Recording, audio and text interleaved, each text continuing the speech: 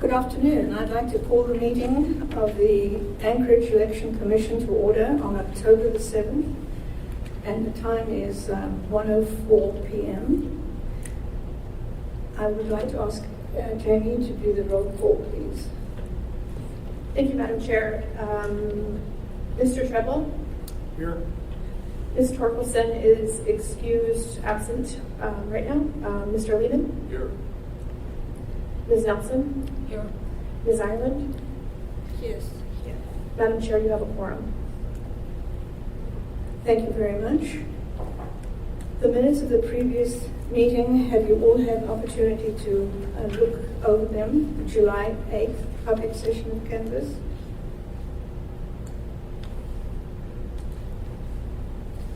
I will move to approve. I second.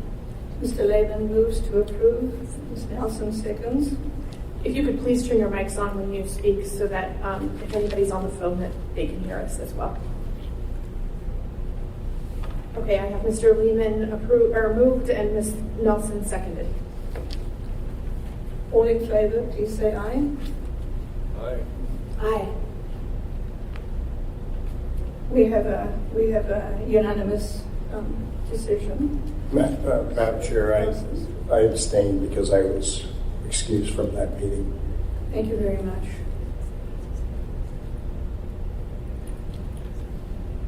So Mr. Treadwell is excused from voting. The next is the previous meeting of July the 29th. Do I have a motion to approve or adopt? I move we approve those minutes. I'll second. Ms. Nelson moved. Ms. Nelson moved. Mr. Damon seconded. All in favor, please say aye.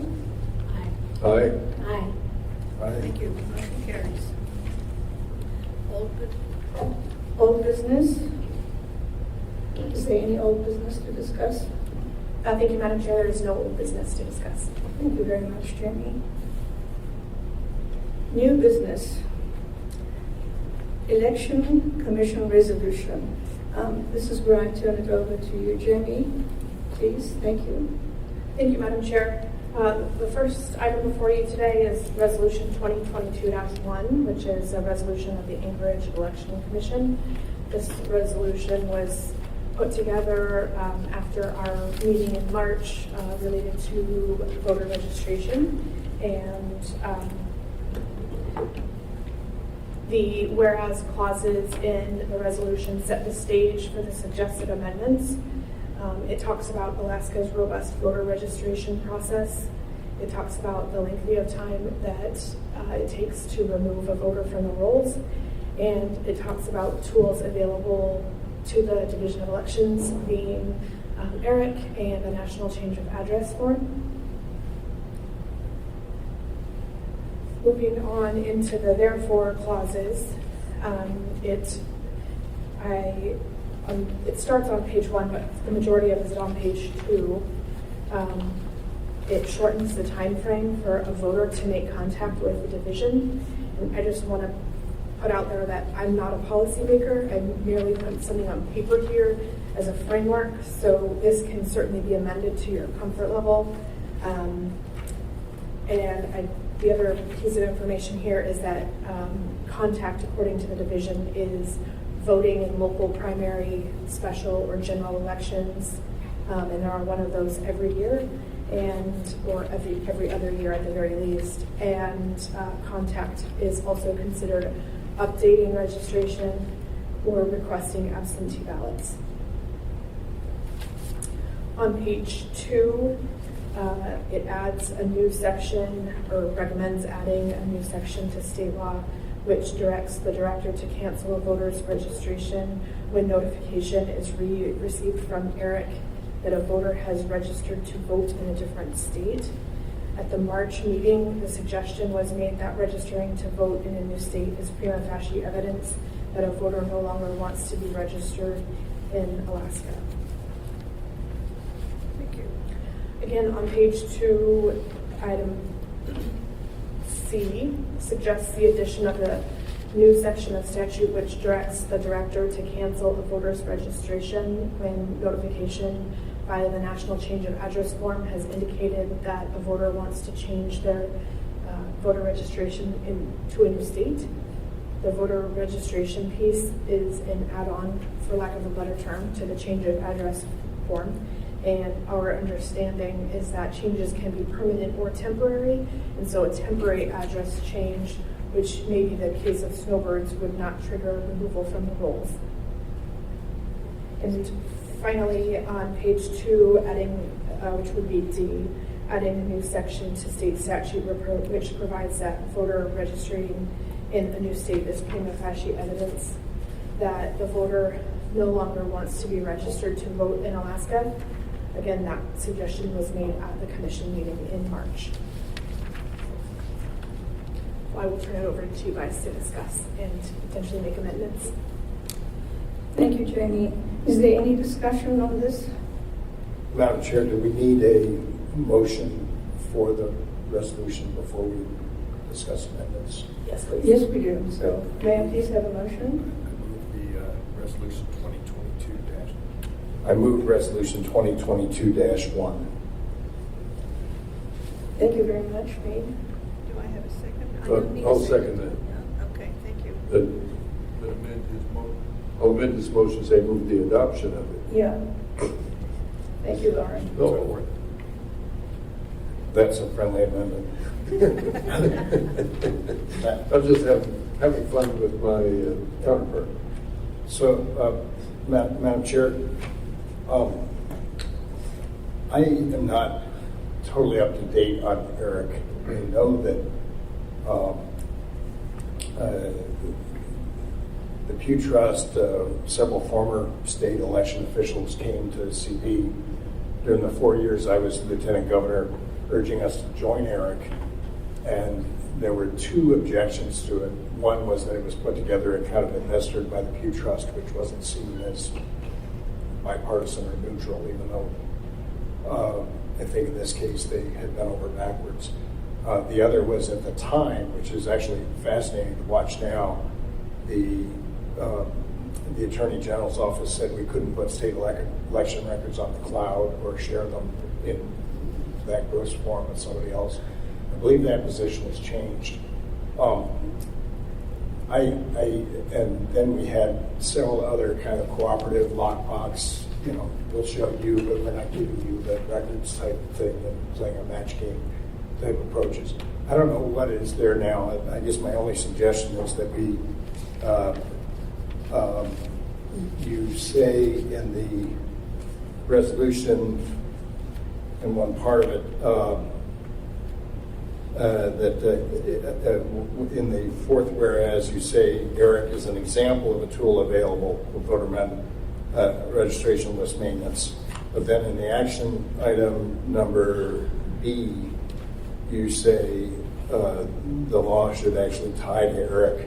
And I guess what I'm thinking is that the state may want to keep flexibility to leave Eric and join something else, another national voter cooperative thing or something. So I thought we hit it right on the mark by saying Eric is an example, but then prescribing that we use Eric in C or B doesn't make sense. So I would add after Eric in the first sentence, adding a new section which directs the director to cancel voters' registration with notification from Eric or another suitable data sharing system, or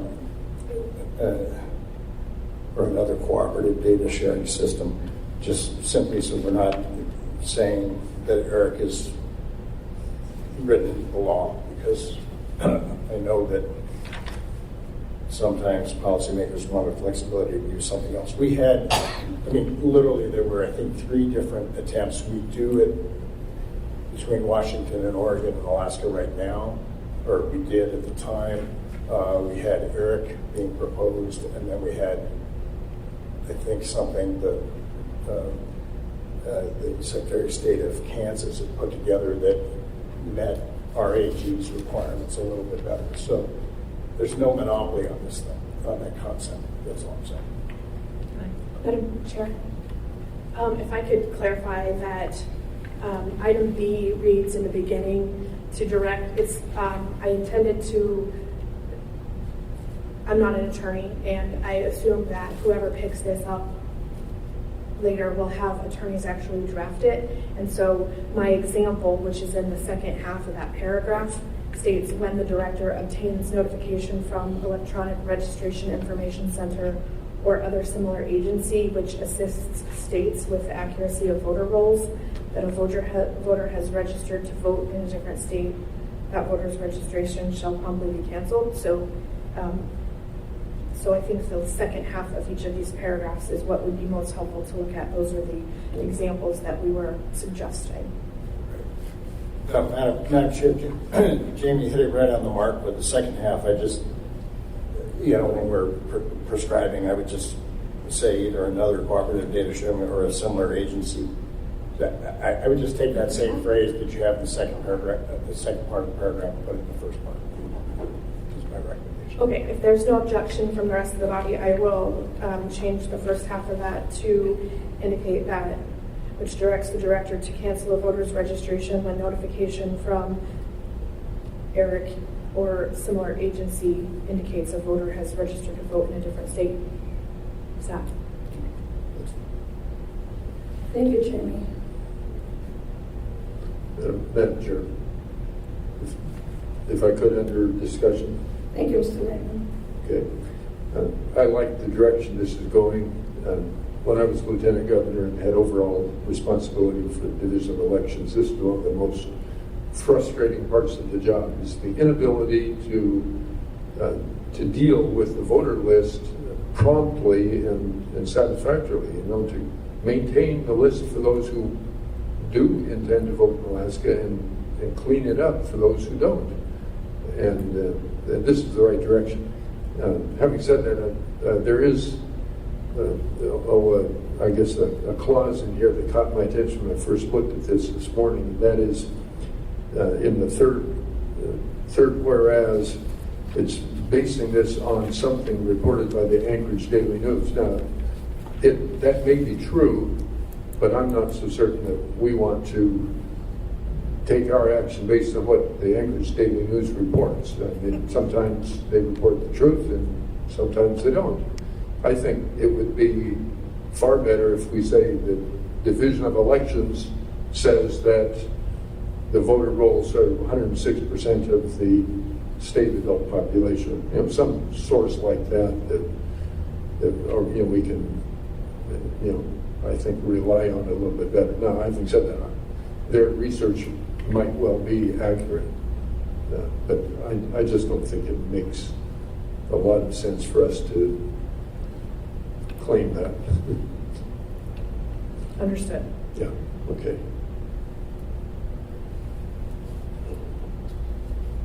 Mr. Trayvon? Madam Chair, the section A, just wanted, for the sake of discussion, basically what we're saying is that if a voter is not within preceding 2 calendar years contacted the division and has neither voted nor appeared to vote during the last 2 calendar years,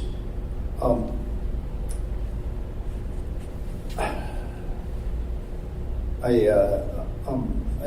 guess the question, and Jamie, you and I discussed this as you were drafting it.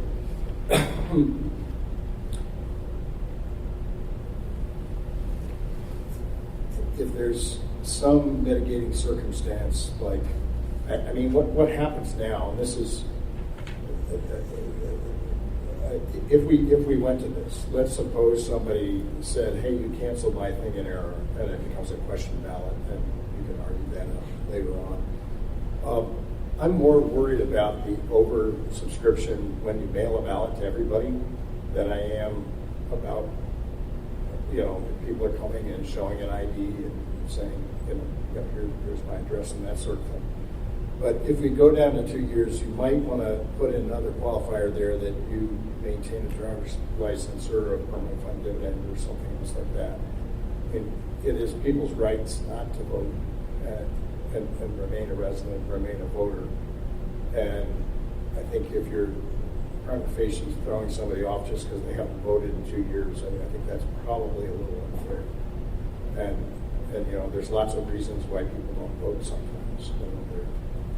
They forgot their kid is sick, whatever. And when elections only come every 2 years, it basically says if you miss one election, you're off.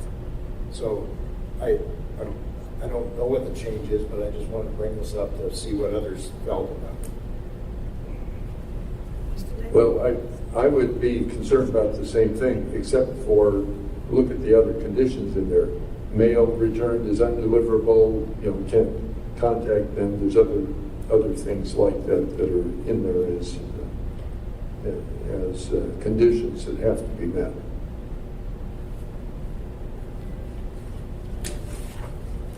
Junie? Thank you, Madam Chair. I just want to point out that it's on line 7 of page 2 that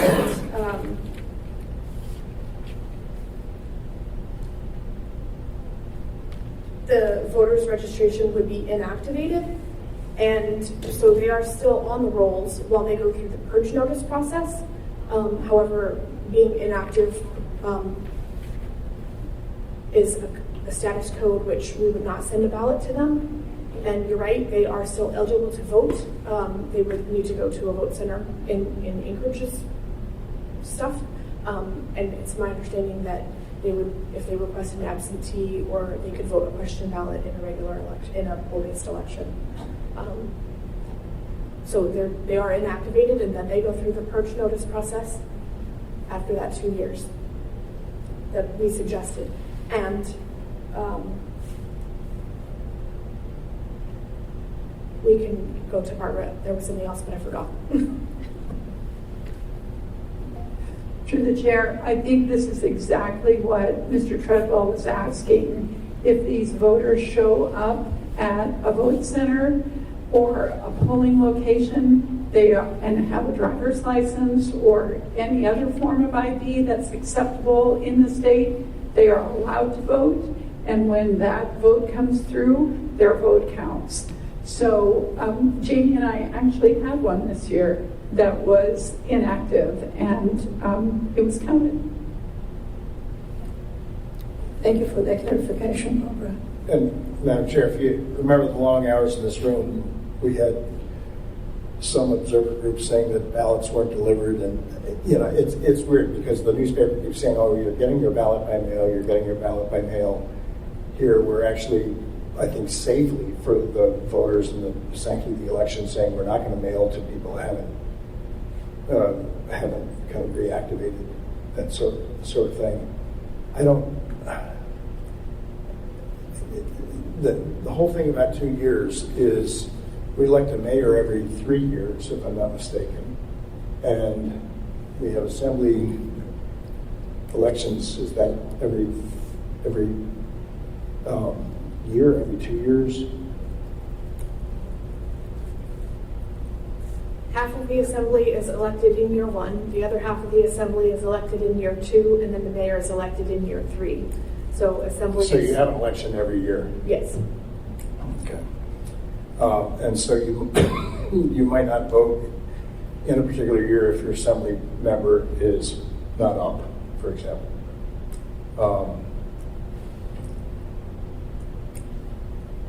I mean, I want to follow Robert's rules. I'm just trying to sort it out. I want to see the list pared down. I think the inactivation is a cover. I think this reduces the number of ballots that you mail. I just don't want to disenfranchise somebody who didn't really have a chance to vote either. That's all I'm saying. Ms. Jones? Through the chair, Mr. Treadwell, you live downtown, so your experience is different than the rest of us. The rest of us always had an assembly member because there's been 2 members from all districts. Because you've lived downtown, that's true. You have not always had an assembly member on a race, but going forward, there will always be an assembly member for every district on every ballot. And then I would just add that if you guys wanted if you wanted to make an amendment to change it to 3 years, you're certainly welcome to do that. And like I said, I just threw a number out there to give you a framework to work from. Chair? Thank you. Can I just add, it does have to be returned as undeliverable, so there's sort of an affirmative act. Someone is saying that this person doesn't live here versus they just don't respond.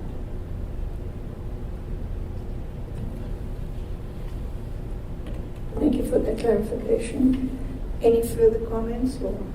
Yeah, Madam Chair, I like it as written. I want to ask the questions.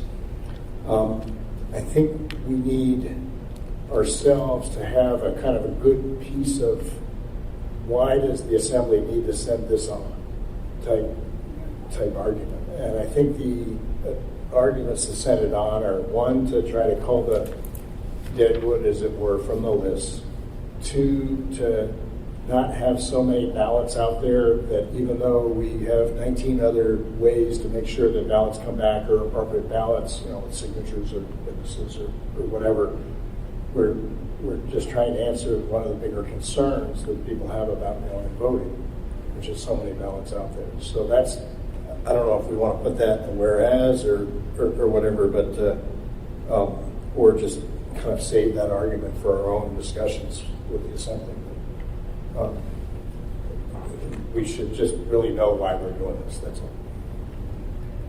Thank you. Dean? Yeah, can I ask, would it be helpful to reference how many ballots we had in the little plastic wrap? We had how many thousands of ballots came back that were stored here and at a particular cost. I mean, we have a rough estimate at least. And everybody was appalled when they saw that whole cage full of returned ballots. I don't know the pros and cons to that. I'm just suggesting it. Ms. Hines, would you respond to that, please? Thank you, Madam Chair. The process moving forward, if you guys choose to adopt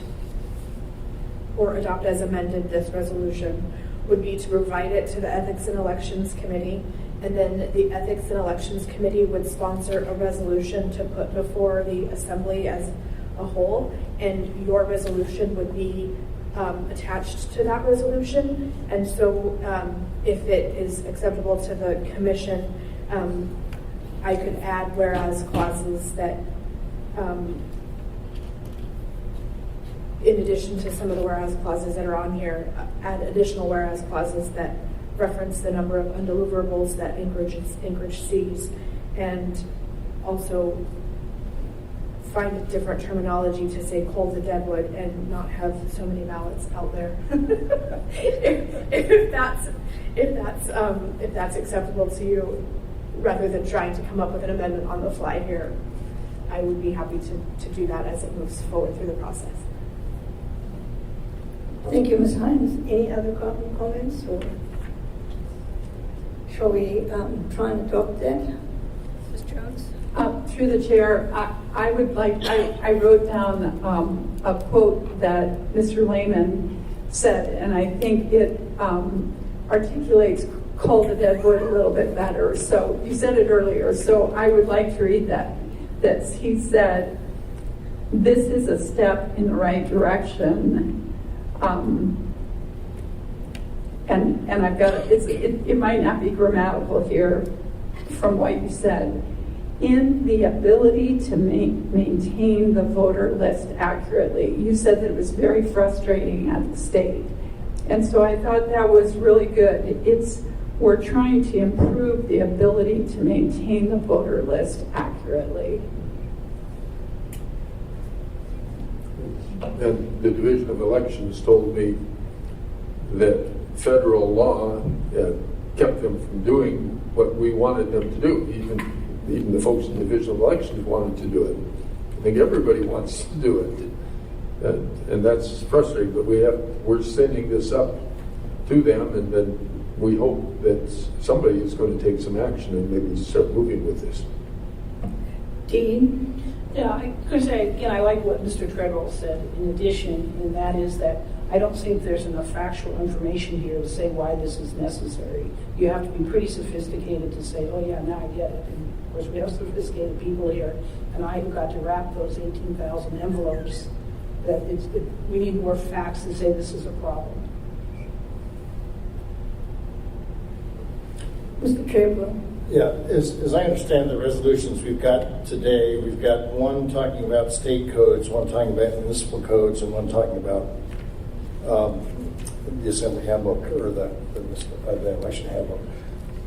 On the state codes, I think there's one other thing that I think would have helped us, because it's not only that all that wrapped paper over there that you could have built a fallout shelter with, but also the number of ballots that we had to reject because people didn't cure and our mailing out may not have gotten to them in time to come cure and so forth. And I don't know what the state rule is on email, and I know that a lot of people don't like to supply their email because then it becomes part of a public database and you get spam. But I get a lot of email from the state now on things that is just quite convenient, renewal of business licenses and some things like that. And I believe if between our city procedures and the state procedures, we at least had an email address for a voter to say, and you can correct me because I know we get some, but your ballot's in the mail. Your ballot was received. Your ballot was, and we've got the status thing that you've got, which maybe you put your email on, so it gives you a tickler if the status changed. I can't remember, but the main thing is, do you need Division of Elections to collect any more information over time that would make it easier for you to get the word out to somebody to cure? Because the number of, we're not proposing here in the state, in the city one, to kill mail-in voting, even though there were a whole lot of people sitting in those chairs who wished we would have. All right? For me, the problem with mail-in voting was the huge number of people we had to reject because of some technical reason that was confusing, perhaps because the state witness requirements and the city ones are different and so forth. And it just was harder to cure, or I didn't really trust the cure process because if you got a ballot in on a Monday and you sent the letter on a Tuesday and they didn't get it till Thursday and we were closing down on Friday, there's not much of a chance. But if an email had gone out, it might have helped. Was that something that we considered in the state elections thing, or is there something there? Thank you, Mr. Treadwell.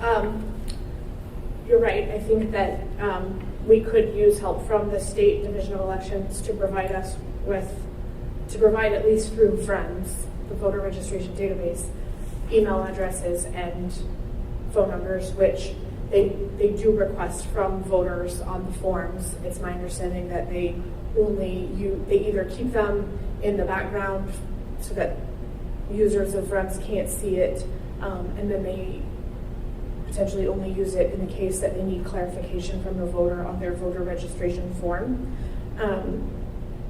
So if it would be helpful if they collected that and allowed the clerks to see it, and maybe they have a caveat that we're only allowed to contact those voters by email, in the event of something specifically related to voting and not using it for mass mailing. So if you would like to pull this back and add that to this resolution, we can certainly do that. If we would like to add it to just move forward with this and add it to the resolution that the Assembly may be considering, I'm happy to do it that way. That is one way that we would like, that would be helpful from the state's side to help us reach those voters more quickly. And we do have other options that are becoming clear to us to help contact voters after we've maybe their signature doesn't match or whatever. I went to Colorado and learned about text to cure and other options which I'm happy to go in more detail at another meeting, or if we have time at the end of the meeting today. But I would love to talk more about some other options that I think we have to reach those voters. Thank you, Ms. Hines. I'm just wondering, does everybody have email?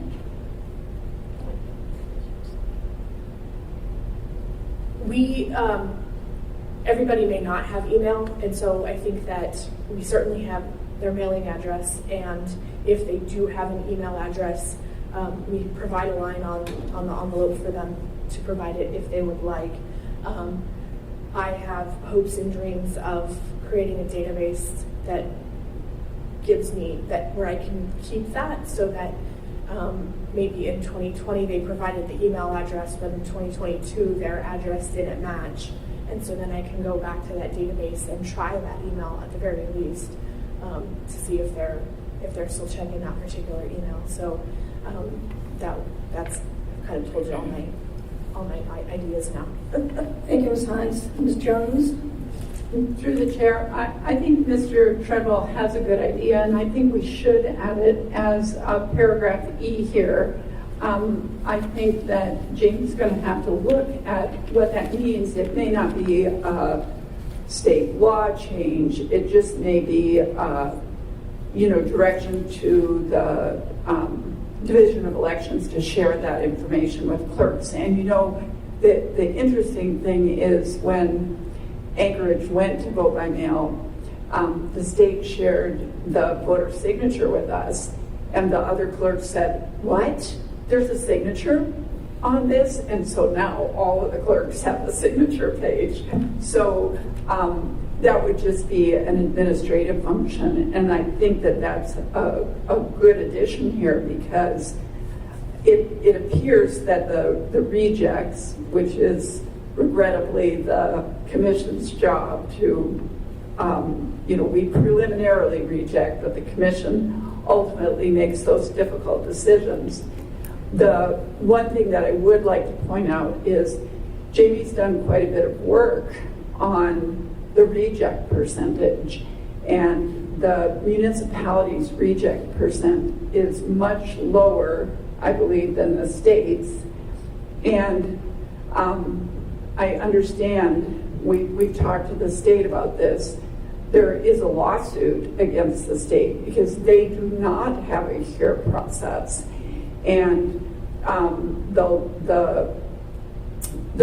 the municipality has been asked to provide information about the cure process, and there are people that are interested in implementing that at the state, which would then reduce their rejects. So I just wanted to let you know that our reject number, although disappointing because we want every vote to count, we just want to make sure that you know that it's not a bad number. Thank you. Dean? I just have to interject because I thought one of the things Jamie was looking at was so exciting. You rejected, then you get your cure letter in the mail, and it would have a barcode where you do the little picture scan thing and provide instant identification, and you're done. And having had kids who got rejected because of their silly signatures, and I said, I'm not driving them back down here. I mean, I'm part of the election group. I said, I'm never. But I just, anybody under 40 or 50 is going to use that in a second, because a lot of people just want to come back a second time. So I thought that was really exciting, actually. That's nothing to do with state law, but what a good idea. Thank you, Clerk. I would move that we add an appropriate E to this, or authorize Jamie to put language in that simply says the state and the cities should cooperate however you guys want to write it, but we know what we're saying. We want to get email and other ways, phone numbers and emails when available to voters, even if they have to be shielded from the whole public database, they should be shared with cities so that we can cure.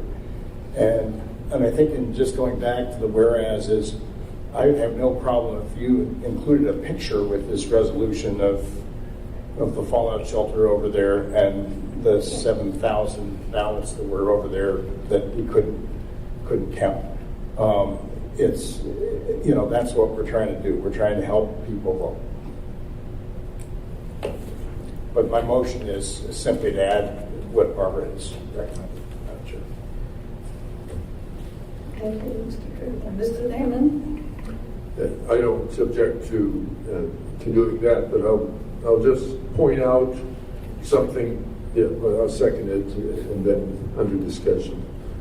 An event that another time that happened this morning with me. It's been happening too often in emailing. Some emails go to spam, and I don't know how many people are like me. I don't check my spam folder nearly as often as I check my inbox. And I communicated with somebody, and they said, well, we had sent this to you. Why don't you check your spam folder? Oh, there it was. And my wife of 44 years, she and I have been communicating by email probably for the last 25 years. I mean, in addition to other ways of communicating, of course. And recently, my messages to her go to spam. And we don't understand why, but we need to recognize that there are some deficiencies in that process, as convenient as emails are. And I would say, yes, continue to use that mechanism, and probably texting also, if the recipient says it's okay to send a message that way. That's another very convenient way to communicate with people, and it's becoming more and more convenient for a lot of people. So I just say that because we can't exactly depend fully on messages getting through, but they are a very useful tool. Thank you, Mr. Lehman. Do we need a vote now on Mr. Treadwell's recommendations? Yes, we need a vote on that. All right, can you state that again, please, Mr. Treadwell? The motion is to add a section E, which by law, regulation, or practice change allows the state and municipality to share emails and phone numbers of voters to advance the cure process. We need a second for that? We have a second, we just need a vote. Okay. Can we vote on this? All in favor, please say aye. Aye. Aye. Aye. Motion carries unanimously. Ms. Jones? Thank you, Madam Chair. Through the chair, I just wanted to comment. Mr. Treadwell, I'm not sure if I heard you correctly, but you said something about the 7,000 envelopes that were rejected. I looked for my file of numbers. Maybe that number was wrong, but it was a lot. Through the chair, I believe it was not over 2,000. It was. I believe it was between. Does that sound about right, Jamie? 1,000 to 2,000. That we're in. 1,000 to 2,000 ballots that ultimately that the commission had for late postmark, no sig match, no sig. The total was not over. It was around between 1,000 to 2,000, maybe. Does that sound about right? That's correct. Trey was talking about what's sitting back there in that cage, I thought. He said both. Yeah, no, thanks, Barbara, for the clarification. I think somehow I may have mixed up the state reject number, which was about 7%, and ours, which was still 2%, which in a mayor's race could be a swing either way. So either way, it's too high a number in my book for people, just given the list that we looked at for the signature and everything else like that. And if you have a chance to cure, I think if we have ways to advance the curing process, I think it's better. So whatever the number is, we can do better. Ms. Jones? Through the chair, I want one more point to make. Some of those that you rejected should have been rejected, right? So you are going to have some ballots rejected, and that is your job, and it's important not to count votes for people who shouldn't be voting. Of course, we want to count everyone who should, but some of those people should not have been counted. Right, I remember legitimate voters who I know who didn't follow the law, and therefore we had to reject their votes. And that, it's sad, but we had to do that. Thank you, Mr. Lehman. Any further discussion or? I think that if, I just want to throw this one last amendment, that if there's no disagreement, if there's no objection to this little amendment, I think we can move forward with approving this as amended. In the third whereas, which is begins on page 12 of the first page, where we talked about not putting all of our eggs in the daily news basket. Alaska has a robust and successful registration process. However, the Division of Election agrees it can take several years to remove a voter from the rolls if the voters are not proactive. I think that from that March meeting, we can safely say that the Division of Election agrees that it can be burdensome to remove a voter from the rolls if they are not proactive. So if there's no objection to that, I can amend that third whereas in that way before it moves forward. And I wouldn't even mind if we can confirm it, saying that the voter roll number is greater than the population, greater than the eligible voting population.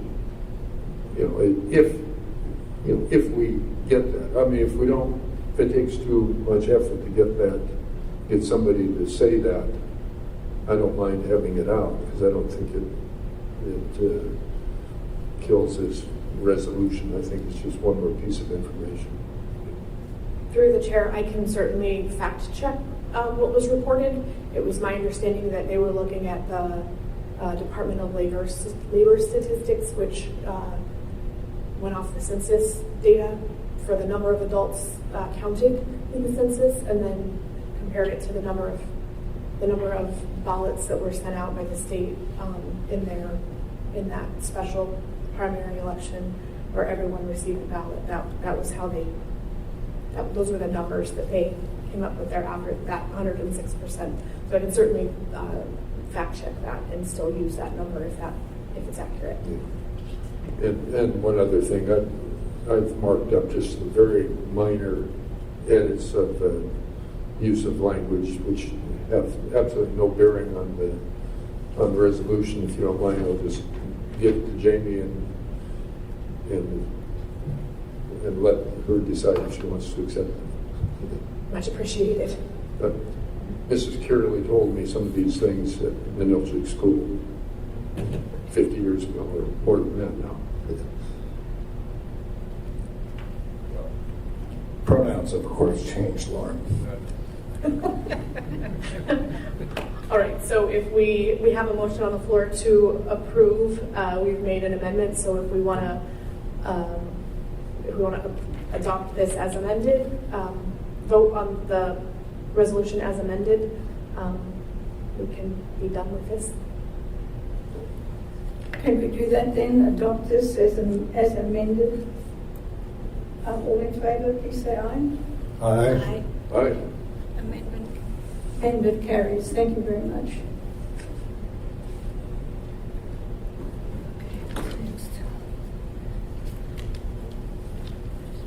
Okay, through the chair, we'll move on to Title 28 revisions ordinance. So that's AO 20, well, it should be 2022 XXXX. So on this, the AM that explains all of this in a much wordier way than I'm going to, it's after page 6 of the ordinance. As for the ordinance language, I'll go through the ordinance, or I'll go through that AM. If you guys want to review the ordinance, starting on page 1 is section 28-10-040, the definitions. This clarifies the definition of signature so that it is no longer circular. And then the word mark is used in many contexts throughout Title 28. So we're adding the definition of mark in necessary sections later on in the ordinance. On page 2 of the ordinance, this is section 2820.015, the time frame for passage of ballot propositions. The time frames for passage of ballot propositions were set up at a time when the MOA was required to obtain DOJ preclearance under the Voter Rights Act on ballot propositions. This requirement no longer applies, and we were able to extend the deadline for to allow time for a veto override or a reconsideration vote. Also on page 2 is section 2820.040. This is a companion to the amendment in section 2. It delays the first notice of election by 1 week to allow time for a veto override or a reconsideration vote.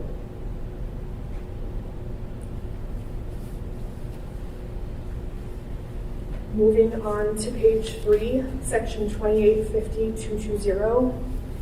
This more clearly defines the timeline for when election processes are taking place for the purposes of live streaming.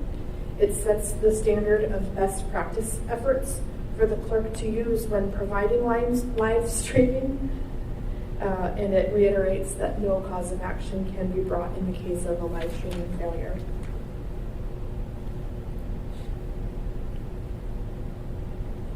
Also on page 3, section 2850.300. This is the typo correction in the citation of where the recount can be found in the code. And moving on to section 2870.030. This change allows the Election Commission to meet only once instead of twice. Voters have been given an extension by moving the public session of canvass meeting to the 3rd week of April instead of the 2nd, which had been used prior to 2022. And ballots to Muokava or the military and overseas voters are mailed approximately 2 weeks earlier. We mail them about 35 days ahead instead of 21. As a practical matter, no Muokava ballots were received between the public session canvass and certification of both 2022 elections. The provision to count Muokava ballots until noon on the day of certification was enacted in January of 2022.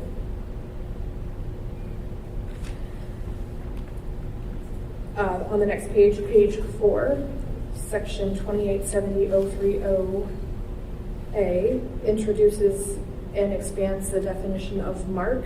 So we've defined signature to remove the circular in the first section, and then now in this section is where we're introducing the definition of mark when it's used by a voter who is unable to sign, and again that was in subsection A. And I think it's also in subsection 5.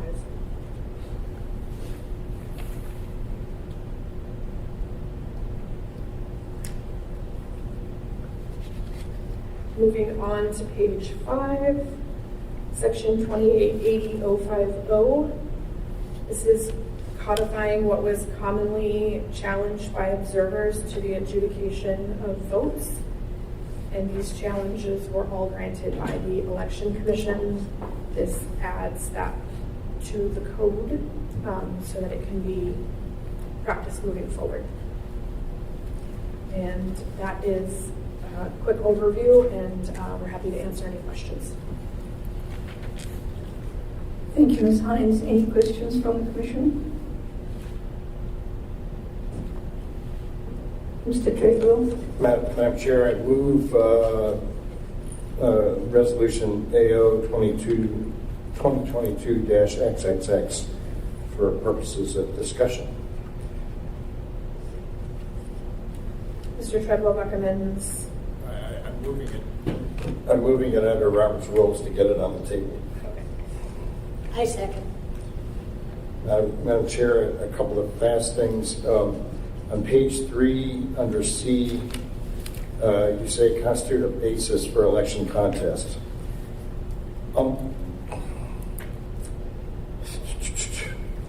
I'm really worried about, I'm not worried about you. I'm not worried about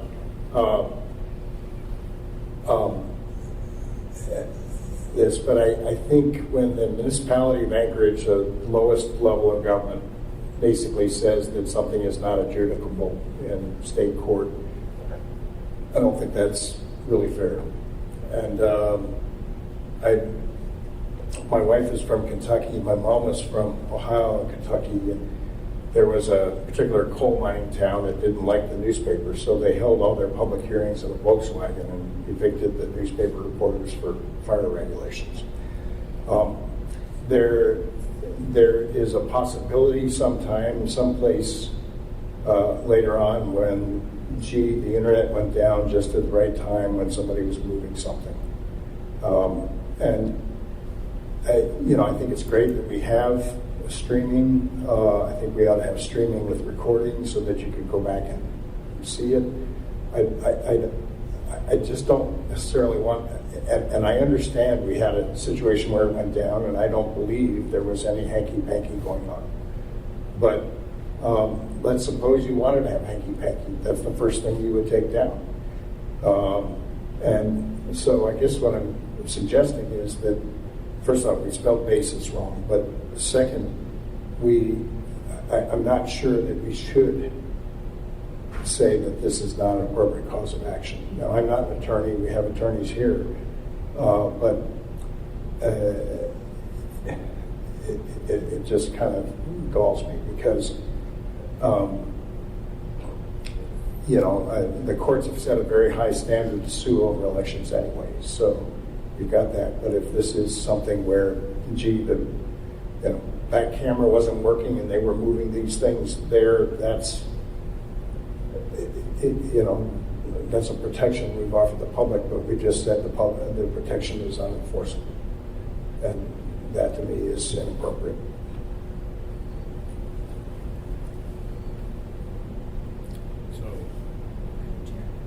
So I would move.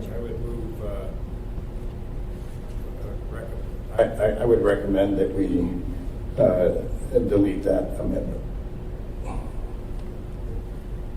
Any discussion on that?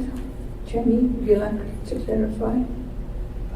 If I could have a moment to clarify before we move forward with the amendment. I think that basis was spelled with an E because we were trying to pluralize it. Is that correct? It was corrected in the subsequent meeting, which isn't in this version. This was okay, so it has been corrected. Yes. And Mr. Treadwell, we do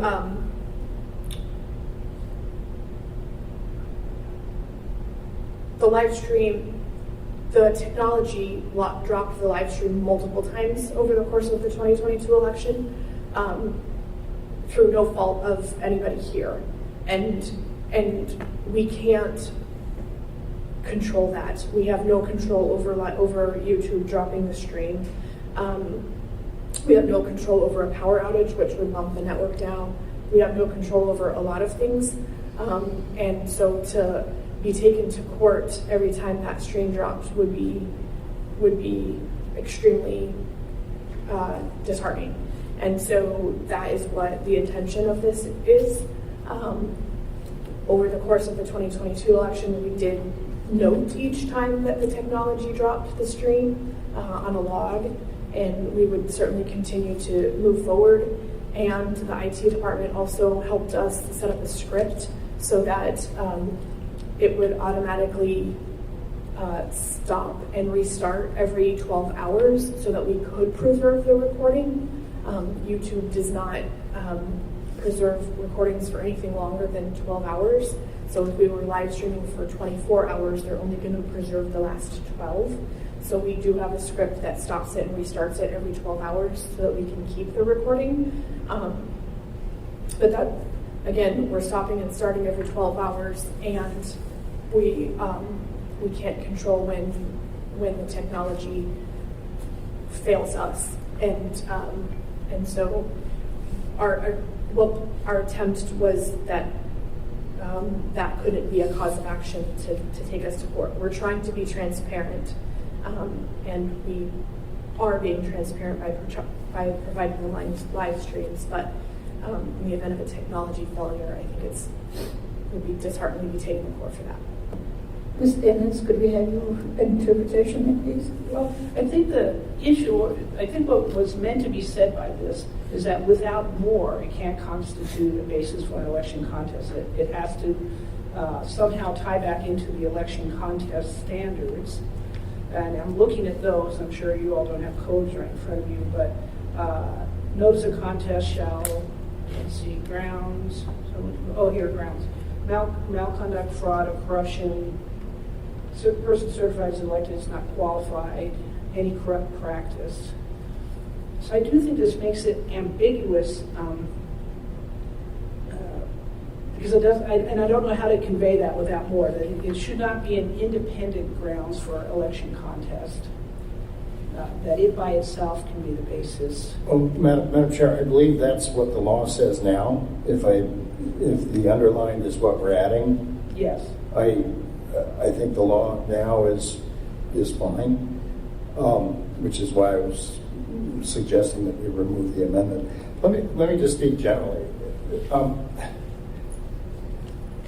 I've said this many times at this commission. I believe that our team at Anchorage Municipal Elections is honest, bipartisan, nonpartisan, and doing a good job. I also know that in tight elections, people get suspicious, and the first thing they want to do is shoot the messenger, the counter, whatever. I think it's very, very hard to build and maintain trust if, when you change the rules between elections, it makes it harder for somebody to question it. And just going back on the video and the counting, what were people saying? Gee, people were still working here after we closed down. So you threw out the observers and then you did that. I'm not saying that was right or wrong, if the facts were there or not. I'm saying that's what was, if you asked, I mean, Barbara, you're shaking your head. Yes, that was there. That was in the air, okay? Then the live stream going down was that sort of thing where, and then there was the other deal that we talked about in the mayor's request last meeting. But the long and the short of it is, I just think that we should not be trying to make it harder to, I don't really support the perception that we're trying to make it harder for the observers to see what's going on and have that right. I think we're establishing that right. So that's where I'm coming from. Ms. Ennis? And I guess I am being persuaded, because it does say the first clause shall not create an independent cause of action. So if it's not an independent cause of action, if someone wants to do grounds for election contest, they have to go back to this code section, which is very specific about fraud and malconduct. So I'm being sort of persuaded, and I understand Meade's concern was sort of an optic of taking out the possibility of an election or the state court being involved. But it does reference that independent cause of action. I'm not sure what that second clause adds, and it creates the concern that Mr. Treadwell has raised. Ms. Jones? Through the chair, I have no opinion about this section. I will leave that up to you to debate. However, I will be happy to discuss Mr. Treadwell's comment. I have a very good friend, George Vacalis, who used to be the municipal manager and also worked some time for the Anchorage School District. George had a saying that was, "Don't believe the first version of the story that you hear." And I would like to suggest to Mr. Treadwell that you should not believe the first story that you heard that someone threw out the observers. That is not what ever happened. And if you would like to discuss it separately, we may. I believe it's documented in several places what happened. This was not in the 22 election. It happened in 2021, at the 2021 election. You were not commissioner. Mr. Treadwell, Mr. Lehman weren't commissioners at that time. Ms. Ireland and Ms. Nelson were, but that is not what happened. Madam Chair, I'm not saying that's what happened. I'm saying, and George is a very good friend as well, and it's also been said that a lie makes it around the world before the truth can get its boots on. And that may have been what happened. I guess all I'm saying is the perception here is not for the government to tell people they're stupid, to help the people understand that we're going to maintain their rights and for visibility and transparency. That's all I'm saying. So I apologize for bringing it up. I had another close friend who was governor of the state twice who said, in politics, perception matters, no matter what the facts are. And the perception was that there was something out there, and I agree that our job is to be sober and look at the truth. I am not saying that these things happen. I'm just saying that when we go change the rules to make it to perhaps be perceived as being less transparent, we help the myth rather than the reality. That's all.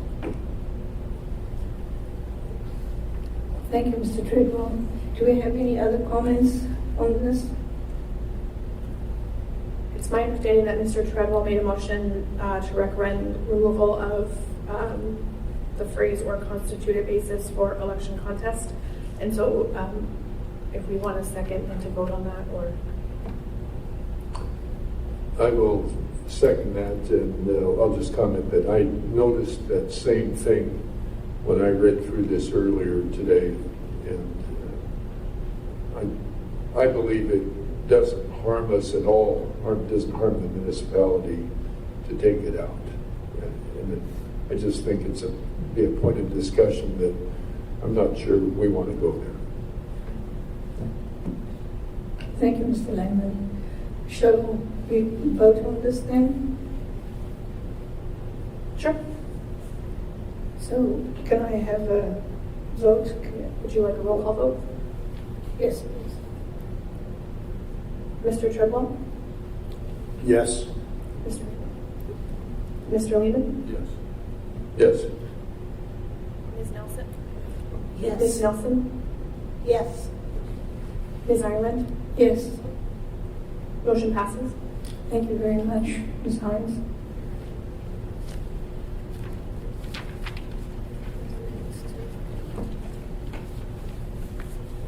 So you can move on in discussion for the rest of the items.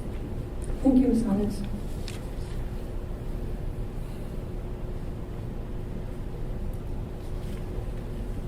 Jeremy, do you want to take that? So I'm sorry? Are you going to lead the rest of that? Oh, nope, you guys are still on discussion. I've gone through all of the different sections, so we're still here to answer questions that you might have. It looks like Mr. Treadwell. Madam Chair, got a question on Section 5. What we're saying is that an effective writing candidate may register observers if the writing candidate meets the requirements in paragraph A1 of the section. Not sure what A1 says, but I'm guessing it has something to do with something parallel to the way we cracked down on write-ins after the Lisa Murkowski write-in, which I thought was an abomination simply because I reserve my right to write in anytime I want to, whether or not a candidate is registered 10 days ahead of time or whatever it was.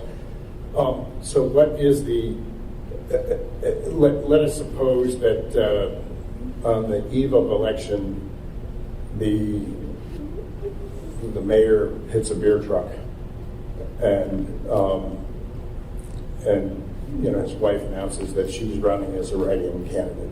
I'm using that example. And that person actually gets a lot of votes, and they want to come down and have observers. But if they weren't registered properly as a write-in candidate, do you reject the votes? Do you reject the observers? I guess what I'm saying is that sometimes people don't even think they need observers until they realize it's a close election, whether it's a write-in situation or anything else. And yes, I support going through the process so that's not disruptive, so that you've got observers who are trained. But how restrictive are we being on a write-in? So, through the chair, Ms. Ennis can answer that question for you if you'd like. It is actually not part of this ordinance. All we're doing here is correcting this typo. It used to point to an entirely different section of code, which was Title 29, which I think it deals with the school district. So it was just a typo that we were correcting, and was the only intention of putting this in here. But Ms. Ennis can answer the question just A1, it basically just says may register observers. So you have to have information and POFD. So it doesn't provide much, Mr. Treadwell. I can show it to you, but again, this was a clerical correction. Yeah, okay, I get the correction, but since the language was put in front of us, I guess, and I apologize for not understanding it was a correction, but what are the requirements in paragraph A1 in the section? Through the chair, may I answer that? So if there's a write-in candidate, the number one qualification is that it's not Donald Duck. It has to be someone that is a qualified registered voter and meets all of the candidate qualifications in the charter. It's just the basic candidate qualification rule. The candidate has to provide information, including a signed copy of their POFD. So that's required too. That way, that was added to make sure that the write-in candidate is serious. And so that's all it is. They have to be a qualified registered voter. They have to be in that district. So you can't have me, when I live in West Anchorage, be the candidate for an assembly race in downtown. I'm not qualified for that. So that's what the requirement is. And when do you have to file your POFD? If all of a sudden a groundswell, all of a sudden it looks like you won the race, you're not going to be certified until you file your PFD, or do you have to file your POFD a number of days before the election? You can file it the same day. There's no requirement. It's just that is a requirement for all candidates to provide their POFD and an identifier so that we can confirm that they're a qualified registered voter in that district. And it's just making those candidate qualifications the same for the write-in. It's just fair is what we were trying to do. Thank you, Ms. Jones. Any further comments? I have one other, and it just has to do with 2A on page 4. When we're explaining this to the assembly, in the end, I remember we voted to accept Mark's as a signature, even though we were pretty sure many of them weren't signatures, and then we reversed our vote a little bit later.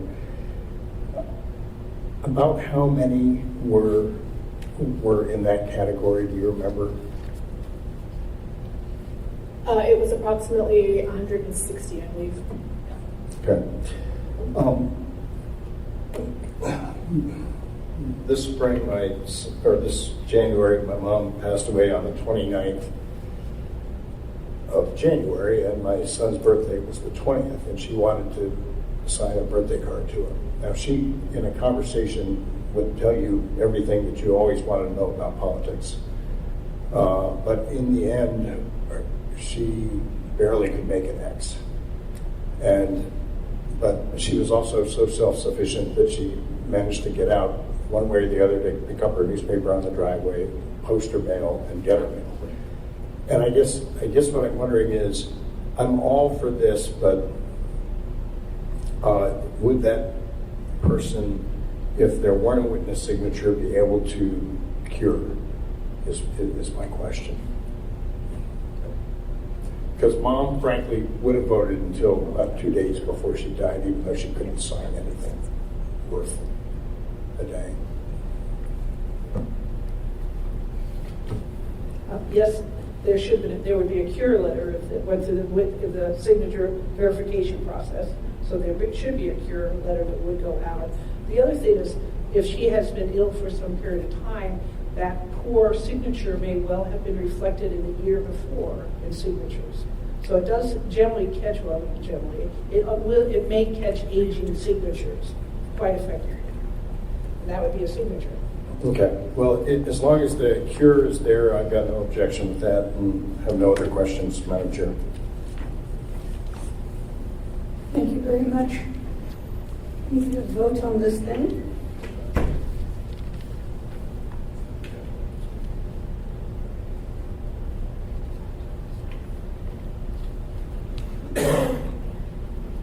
Can we get a vote to approve this then? As amended, yes, thank you, Sam. So, all in favor, please say aye. Aye. Aye. Amendment Aye. carries. Thank you very much.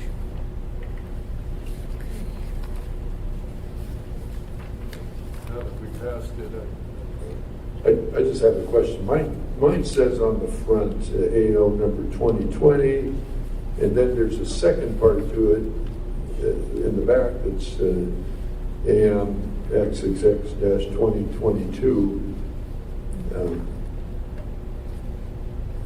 Much of the second part we've covered in the first part, so this must be some procedure with the assembly, I'm assuming, right? Through the chair, you are absolutely correct, Mr. Lehman. So what this is, you can see this is just a draft. It has not been submitted to the assembly agenda yet. The AO document is a template. It should have 2022, and it will eventually have 2022. It will also have a number after that. As you probably know, every assembly ordinance must be accompanied by an assembly memorandum, an AM accompanying it, explaining the purpose of the ordinance. So that's what the two documents are. When this is submitted to the assembly for the agenda, that will all be differently numbered, and we will let you know about that when that happens. I wasn't extremely troubled. I just thought that maybe my papers got misstapled, but I understand your explanation. Thank you. Okay, Ms. Hines, do we have any further? I assume you voted on the ordinance, and so nothing left for the ordinance. If you'd like, we can move on to item C, Observer Handbook. That's in the AR. It actually says a resolution.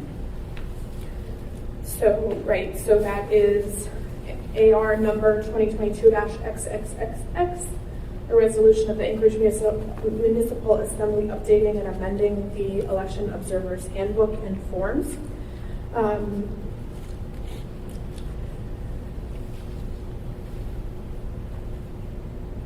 The resolution itself is quite simple, and then the handbook is attached as Exhibit A.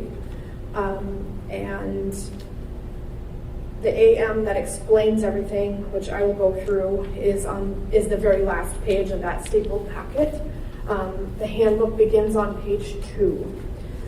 So on page 7 of the handbook is the First Amendment, and it foreshadows the expansion of the complaint and suggestion process, which is fully described later in the document.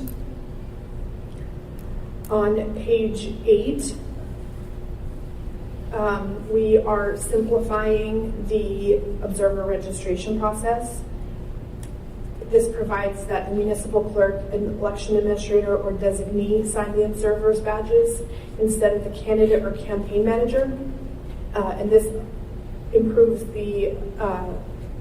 simplifies the registration process for the observers as it eliminates extra trips to and from the election center for the campaign managers or candidates at a very busy time. On pages 16 and 17 of 32, which this is where the actual expansion of the complaint and suggestion process is. It specifies that election worker conduct, which must be investigated, will be submitted on complaint forms. And then administrative and management concerns are handled informally or submitted on suggestion forms. Informally means oftentimes we met every day with observers at 11 and 2, and we plan on moving forward with that. And so oftentimes concerns could be handled informally in those meetings. And then otherwise they could be submitted on suggestion forms to be addressed. Administrative and management concerns which are not resolved by the municipal clerk or election administrator and would change the outcome of the election if found to be true may be renewed to the Election Commission by submitting the concern on a new form entitled Election Commission Failure to Comply with Law or Illegal Election Practices. And those are the edits to the handbook, and we're happy to answer any questions you might have. Thank you, Ms. Hines. Are there any comments or questions from the commission? Mr. Lehman? Yeah, my questions. I'm remembering when we went through the ballots, we identified, I don't remember the number, but I'm going to say 3 or 4 areas where there might be some improvement, in that election, and to advance our recommendations going forward. Have we done that either in the handbook or in the memorandum or in the recommendations for ordinance changes? Have we picked up those changes and done that? Lauren, I'm trying to remember what those are. One area, of course, was signature and mark, which we've spent a huge amount of effort. I think we came to a pretty good resolution. Another one was that if you had 2, what you saw in the actual ordinance, if you had 2 of them were filled in, but one of them was crossed out, that was the vast majority of the challenges that you rejected, or the rejections that you rejected. That was primarily it.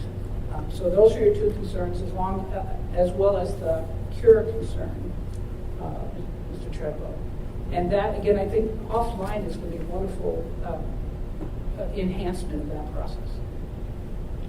All I remember, I might have noted it down, and I don't have, my notes are probably buried under other commission stuff, but I remember saying, or someone said, yeah, let's make a note of that and make sure that we deal with this at some appropriate time in the not too distant future. And I'm assuming that somebody took notes of it, and that we're actually acting on it now. Yeah. Through the chair, I don't recall what you may have written down, but what Ms. Ennis explained were definitely topics that we remember, that we had recalled, that we were hoping to provide clarifications on. So, Ms. Ames? And if I can say, what we did was there's a working group of Ralph DeWare, the other attorney, who was also an observer liaison and attended all the election commission, myself, Barbara, Jamie, the Assembly Council, Dean Gates, and we actually came up with about a list of 13 things that we all thought needed to look at. And there were all sorts of things that didn't involve you so much, like where the phones could be used, and women who didn't want to take off vests, because theoretically they can't have outer coats in here. There's a list of 13, and we addressed each one of those. And the list that made it was what you see here. Some of those things, of course, are addressed in policies. For instance, observers didn't like leaving purses or phones unattended over there, so now the clerk's office or the election staff here is moving lockers over there. So many of the concerns I don't think rose to your level have been addressed in policy changes, but these are the ones that we thought needed to be in the ordinance and the resolution and had to go before the Assembly. Thank you, Ms. Ames.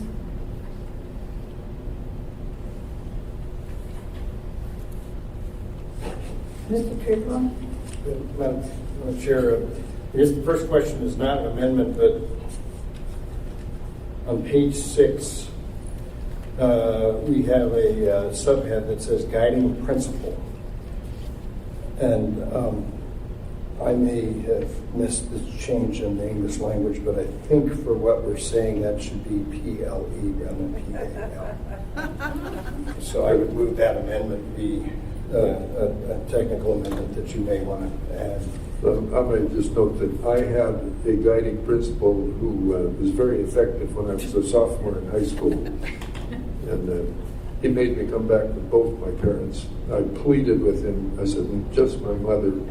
He said no.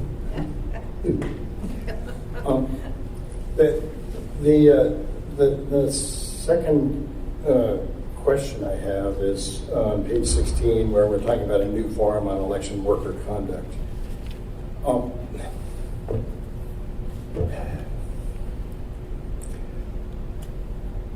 I think you're asking for something that you don't want.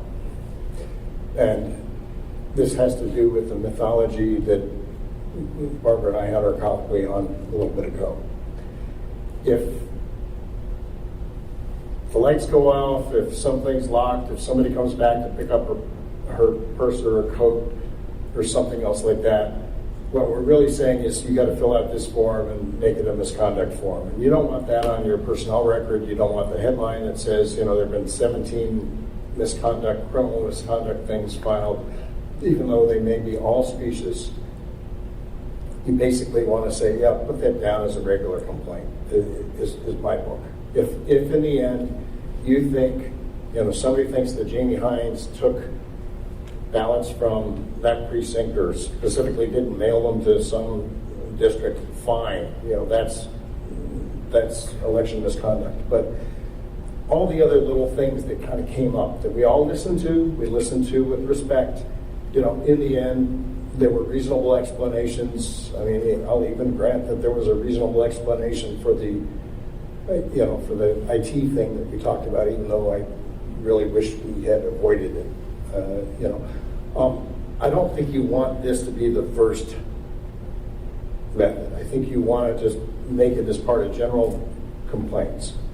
And the reason why I'm saying that is because if it's the first thing you got to do, it's not that. It's not like. If you'd written it, if you think there's election worship misconduct, call the police. I think the police would be unhappy, but I think you would have fewer people file. But I don't think you even want to really create that path. I think what you want to do is say, if somebody's saying that you walked in here with your cell phone or your camera or, 1,000 things you could have done that are reasonable, and some may or may not be somebody's view of what the rules are. You don't want this to be the first course. And frankly, even though, we were paid so well to sit here and listen to all those complaints, I was very happy to do that because we are the pressure valve, we're the release valve. We sort of sorted it out. And I don't think you want to send it into a new process. So, Madam Chair, So my question is, how did you all get to this? But I really don't think you want to do this to yourselves. Through the chair, thank you very much, Mr. Treadwell. You know, one of the things I have been grateful that I was not the director of the Division of Elections on several occasions when there were lawsuits against the state, you know, for election workers making mistakes. You know, I know that Glennis and Elaine and Jane have worked at polling locations, and it's hard. It is a really long day, and you know, you go to training, but you know, you just can't learn everything. And so I mean, that is very much appreciated. So if you could turn to page 17, that's where this came from. Do we need to just go back to 17 the way it was?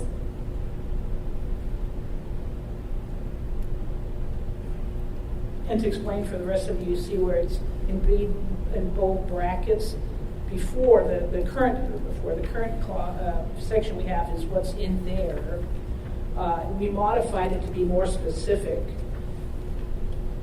But I don't know why. I mean, and I thought that the way it was currently written was terrible, so it needed to be clarified. But I sort of agree with Mr. Treadwell. Take the whole section out. We had one real complaint this year, not even complaint, at least at this location, and it was resolved informally. Take it out. They can do it as an administrative or management concern and handle it in that fashion. And the reality is, for the thing that happened here, the observer was very conscious of the fact that the worker was a very young worker, so lost her temper, and he was very gracious about it.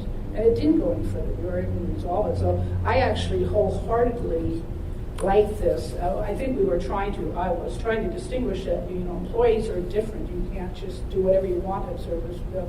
Our employees have specific rights. We have to follow the process. It has to be confidential.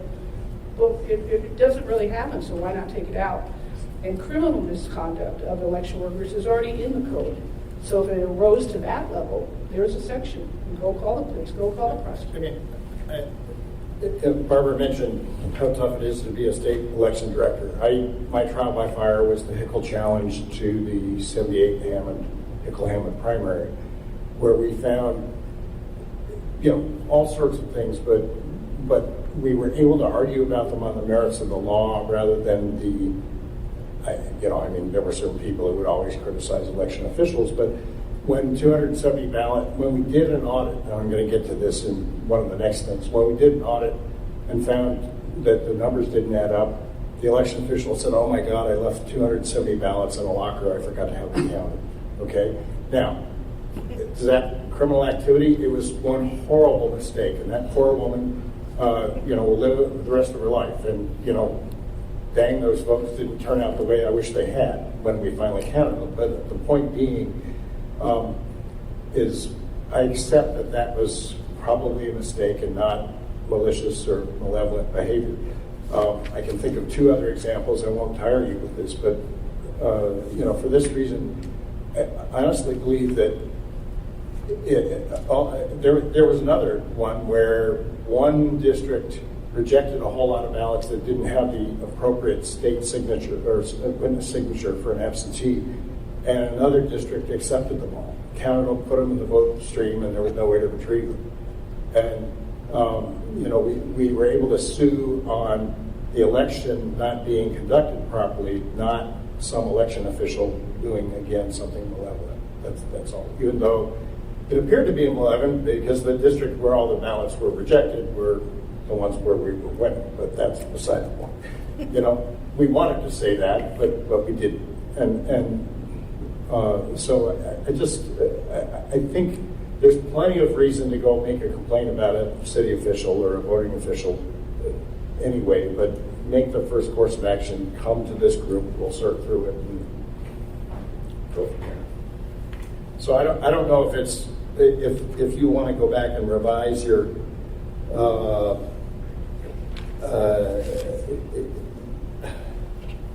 I think the third paragraph, I think when you challenge, when you say, okay, it's voter eligibility, signature verification, ballot adjudication, observers do not have the right to challenge an act of an election official. I think they do have the right to challenge that, the act, and I think you ought to not say they don't have the right. I think what you ought to just say is the second sentence. When an observer witnesses a perceived administrative error or irregularity, she should courteously call it to the municipal clerk or designee's attention. And, the clerk can always remove election officials from the location for misbehavior. I could imagine a poll watcher having somebody help too many people vote one particular way, or overhearing somebody in the ballot booth saying, no, you should vote for so-and-so, or you should exhaust your ranked choice ballot, or any of those things that you're not supposed to say that people will probably say in case to case. We had that when I was lieutenant governor and, with several village clerk type things, But telling people they don't have a right to complain about that, I think is wrong. I think you have a right to complain about it. You go say it, you do it courteously with whoever's in charge. If you don't think you're getting the right answer, you can bring it before us, this commission or something else, and you always have the criminal things later on. If it turns out that so-and-so joined I'll just leave it at that.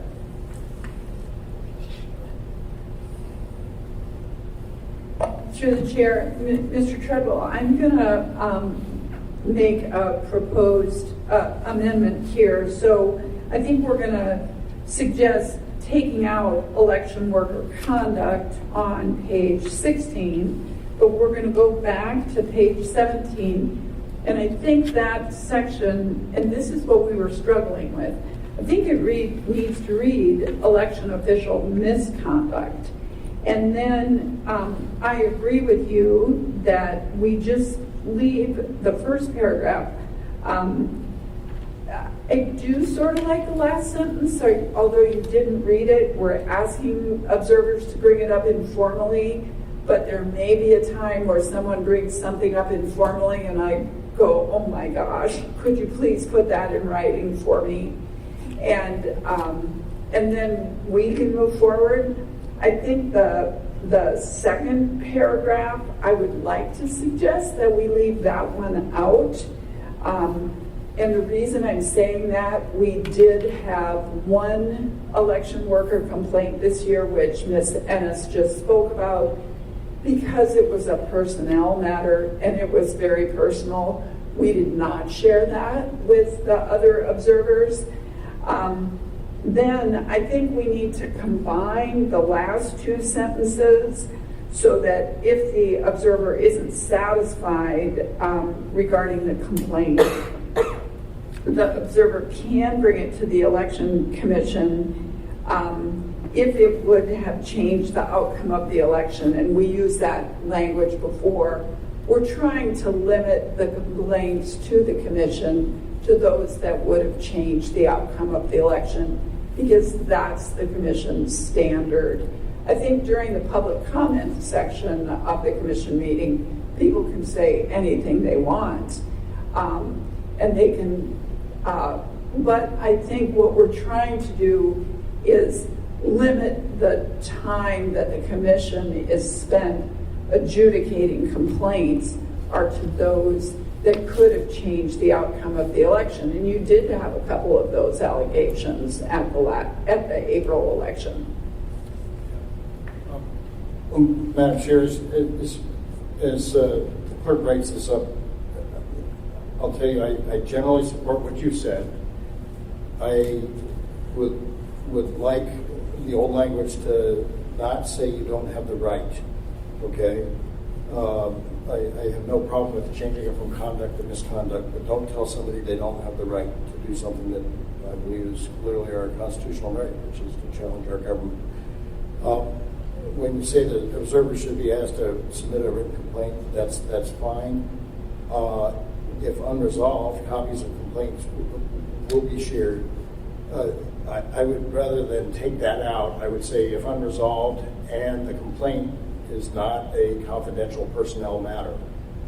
Copies will be shared, because I think part of the reason for something like this, and then the standard that says you can only do this if it's going to change the result of the election. Sometimes you don't know if it's going to change the result of the election. You may not have opened all the ballots yet. You may, and so I think that's again a tough standard. I'm willing, as a commissioner, to grin and bear it, to hear the issues, specious and non-specious, and sort that out here. And I think we've done a fairly good job. But sometimes practice over there in one district thing may not change the result of the election, but gosh, it could change the result of the election over in another district or something like that. So again, we're trying to maintain trust, and if it looks like we're making it harder for people to make complaints, I think it's there. I think by taking out the special form for chewing on people and sending it to a different group, I would generally keep the language. I would protect the personnel issues, but I wouldn't tell somebody they can't raise a policy issue because, you live with this stuff 365 days a year. Somebody runs for office, finds out something, and says, oh my gosh, you're not going to count these votes, or you are counting these votes even though it's not fair. It may not have changed the vote of the election, but they have the right to ask the question. I sat through a school board meeting the other day saving bilingual education, and then saw the superintendent a day later, and he said, yeah, we weren't actually going to do that, but the whole crowd came out to tell us, and I'm glad that they came out and supported bilingual education. And I just don't think you should tell people they can't raise their concerns. I've told Teresa Obermeyer that Ted Stevens' bar issues don't belong in my Science and Tech Commission meeting or my Alaska Historical Commission meeting or that sort of thing. And there's another perennial candidate for mayor who wants us to get it back on the gold standard, and I told him that doesn't belong in the meeting either. But if they're coming to you about an election, I think you should hear it. Ms. Evans? And I guess the one concern I do have, though, is that people were filing complaints because that was our form. And so this problem was generated from a certain section, so they had a complaint form. And then, so they were filing, quote, complaints about signage, or they think it would have been better if this group came in an hour earlier, it just went on, and it really was management of the center, which is not, really the observers are there for sort of more critical roles. And I'd have no problem, Madam Chair, I'd have no problem if Barbara and Jamie and you, in sorting through the complaints, said, okay, here are the ones that would change things tonight, and here are the ones that probably won't change things tonight that we'd recommend that you put on hold until we are doing exactly what we're doing right now. But telling people you can't complain about something, I just think is, And can I interrupt you? Maybe the other solution in my mind is something Barbara said, was that you don't have to share copies with all the other campaigns, because what was happening, there'd be a simple little, literally signage on that door over there. Very small matter, but we were able to respond to the observers. Sure, we'll put that sign on the door if you like. But then that would become a complaint. Barbara would respond to it formally. That would be submitted to 15 campaigns, and then at the end of the day, the observers would say, hey, there were 50 complaints with this cycle. There were a lot of problems. And some of them weren't answered, but so many of them were really very minor management concerns. So yes, I think we should figure out ways to keep those from you anyway, but it was also the work at this end that had to be done, because they were put on the website, there was a formal response, and then again, we have 50 complaints. One group had a complaint writing party. They sat here and they all wrote the same complaint. So I'm trying to protect Barbara, Jamie, and yes, ultimately myself from having to write all these responses, and that's what I was trying to differentiate into a suggestion format. although, and why I didn't like the language from last year is everything was a complaint. I can understand, my last line here, underlying concerns that are based on larger policy issues may be brought to the attention of the Assembly. Yeah, okay, knock that out. They can say what they want to say. But again, I'm trying to incorporate some type of a less formal process that doesn't demand this formal response to the clerk's office. I'm leaving that in D, from administrative concerns to concerns on policy issues. That's staying in. I'm just taking out the election worker conduct. Only the election worker. Through the chair, but Nate, was it your suggestion is more to stay with that second, the last year's right? Yeah. So can you explain what you're doing? Yeah, let's work on this, Okay. the three of us together. I will just add one other thing to Dee's discussion. It was an incredible amount of work that we did, and I think We saw it. Yeah. Thank you very much. And I think one of you actually commented that we were pretty damn good writers, so thank you for that too. But what I think is super important to us, Dee came over to me and said, you need to be at this table answering these questions. And I said, I'm writing the AM for the Assembly to certify the election, which happens in less than an hour.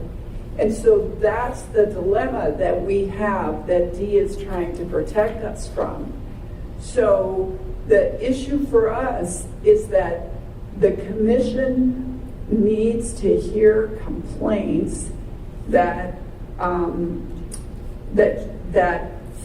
that are failures to comply with the law or illegal election practices, and the observers need to cite to the provisions of municipal code and explain how that matter would have changed the outcome of the election.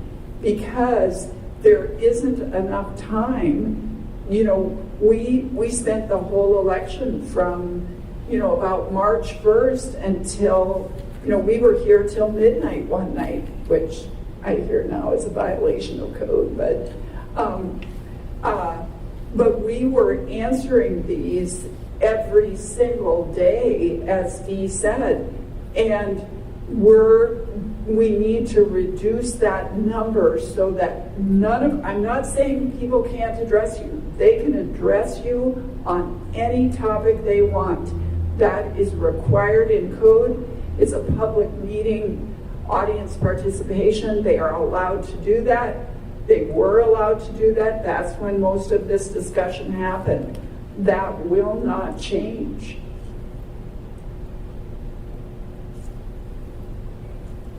Mr. Treadwell? Yeah, well, Barbara, my only suggestion is don't answer every tiny little thing. Just forward it to us, and forward it to us with what I would suggest is maybe almost like a now and then agenda. Here are things that are going to affect what we've got to certify today. Here are things that we are reasonable or unreasonable requests that you guys need to deal with later. But either way, I'm not saying don't. I'm saying let everybody ask.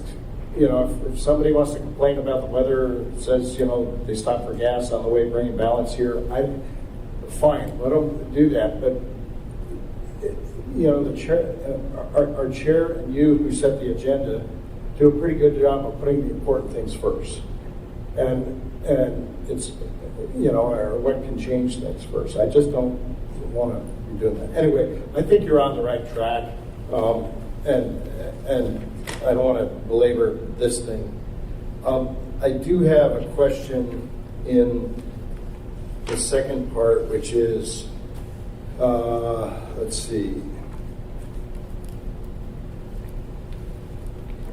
This form must be submitted 5 days to the public section of the canvas and require explanation of all events creating the concern, citation, and so forth. And I recall an issue that, Lauren was trying to remember his notes, and I was trying to remember my notes, and only had 10 minutes to try to find all my notes, which I was not successful today. But what worries me about overall election procedures is that when the numbers don't add up, we haven't presented the numbers until really after certification. Okay, we have. Okay, Barbara, you're squinting at me. I guess maybe I put this in the form of a question. We're asking somebody to file their complaint 5 days before the public session of canvass. And what if you only find out that day? What if you only find out as you're watching us do the canvass? What if you, because we did get a complaint after we took a vote on one thing, which I thought was a very valid complaint. We reversed ourselves. Okay? And so again, it's a dynamic process, but do we need the 5 days? That's my question.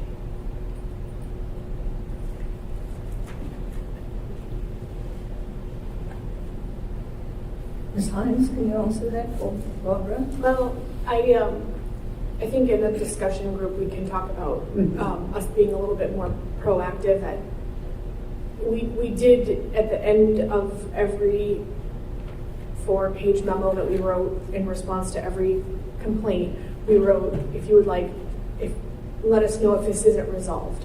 And we were never notified that they didn't feel like it was resolved until the first night of the public session of canvass, and then it was, well, there's this and there's this, and we're like, well, they weren't renewed, so we didn't know that we needed to address them. So I think maybe part of their training will make a bigger effort to say, if this isn't resolved, you need to bring it back, so that we're not doing it the day after canvass. Through the chair, I think the 5 days only relates to the administrative concerns. These are just,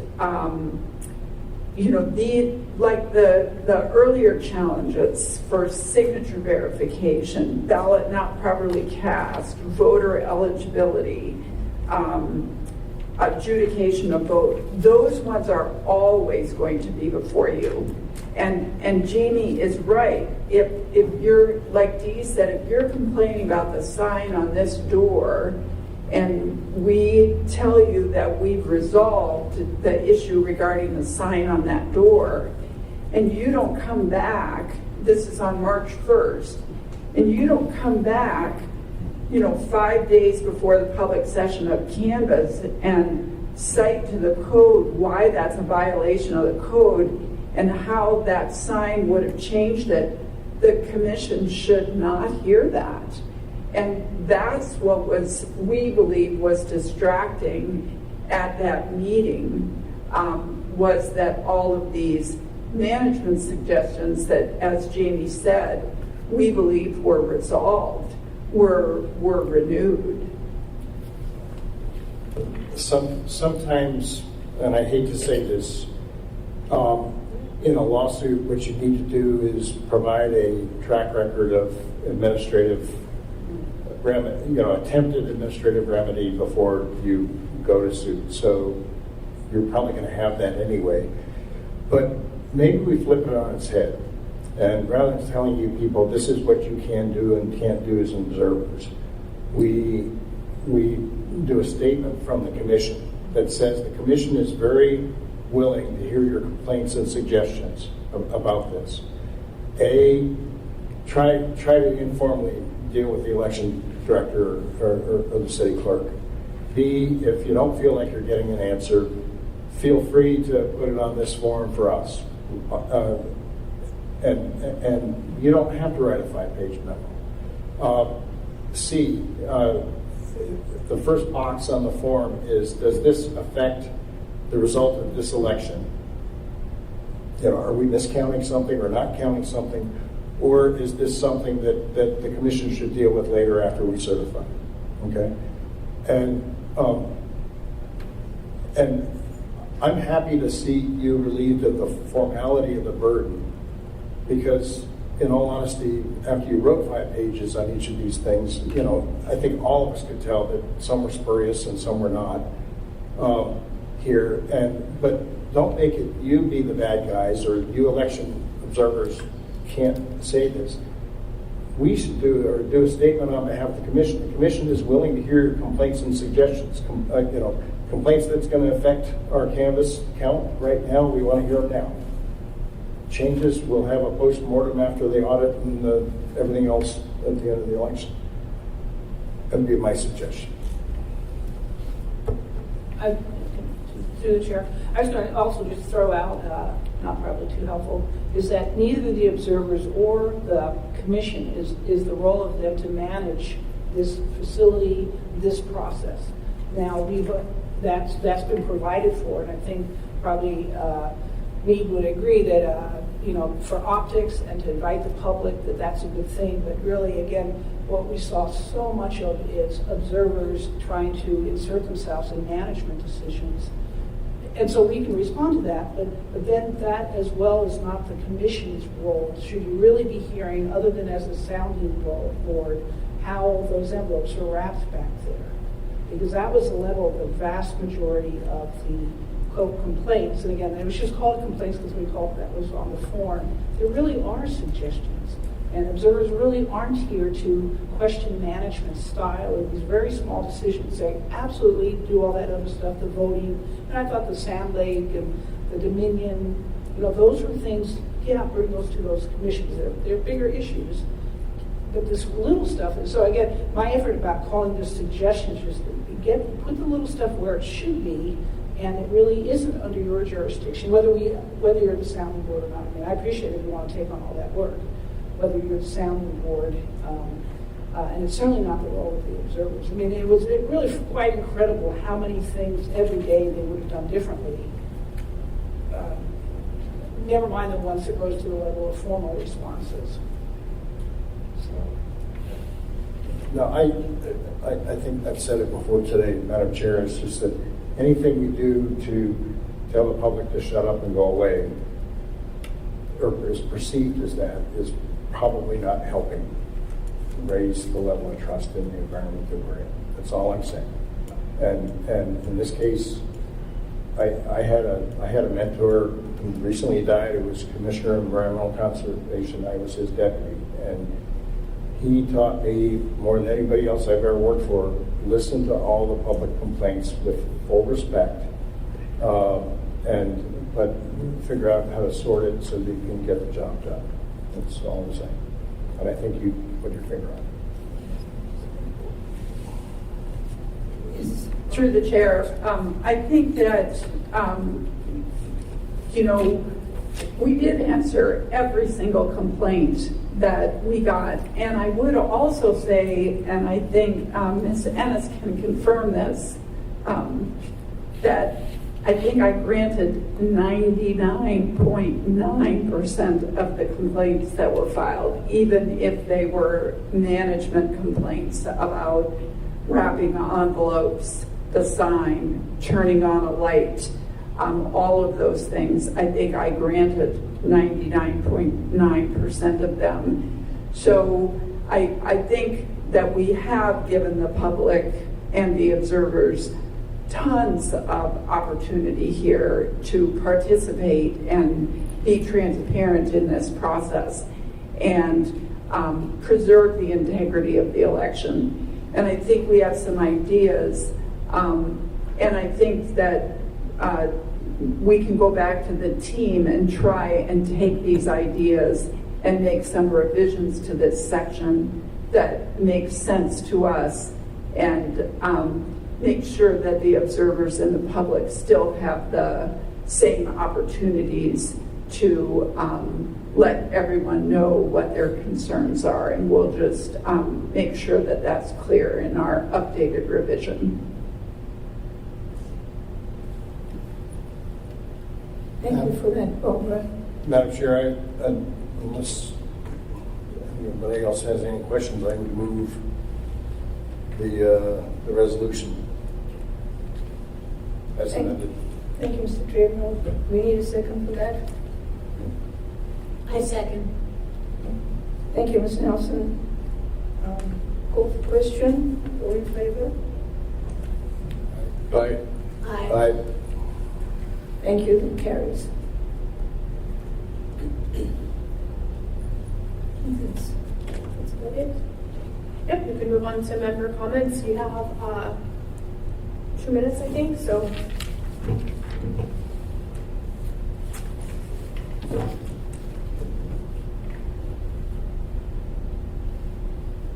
Mr. Trevor? Yeah, Madam Chair, I'd like to suggest that once you've got all these 3 things cleaned up, that maybe you send a cover letter from the chair or from the clerk or both, saying thanks again for all the work you put in last April as an observer. Here are some suggested changes we have. The commission acted on this day, and it goes next to the Assembly Ethics and Elections Committee. If you have comments, feel free to contact them. But I think just kind of, again, in the measure of respect and so forth, it's kind of good to close the circle with people who really spent a huge amount of time on this and want to know that we're listening to them. Thank you. That's a good suggestion.